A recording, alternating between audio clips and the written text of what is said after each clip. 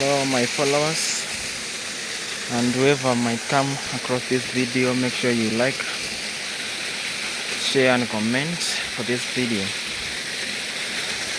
Leo katika hii video nataka kuwapea a quick review ya some of beautiful scenes within Ukambani region. Kwa wengi wamekuwa wakisema Ukambani imekauka sana, na saa hii nataka kuwapeleka na kuwaeleza kinagaubaga kuhusiana na yale mandhari ya kufana katika eneo la Ukambani. Tunaona hapo ni mto usiokuwa wa kimsimu, yani ni permanent river. Na ukitazama hapo ni mtiririko wa maji,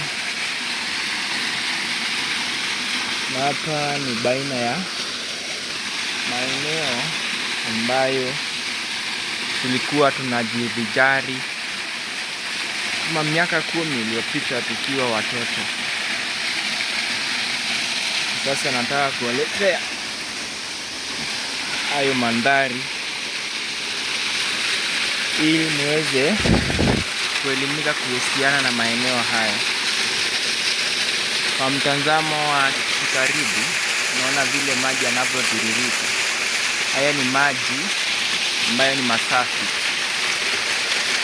na ambayo ni fresh. Haya mandhari yanapatikana katika kaunti ndogo ya Kilungu, Kaiti constituency, Makueni County. Unavyoona hapo maji yanatiririka kikweli. Mandhari ya kuvutia mno. Wale wanaotaka kufanya content, nakaribisha mmoja fika huko.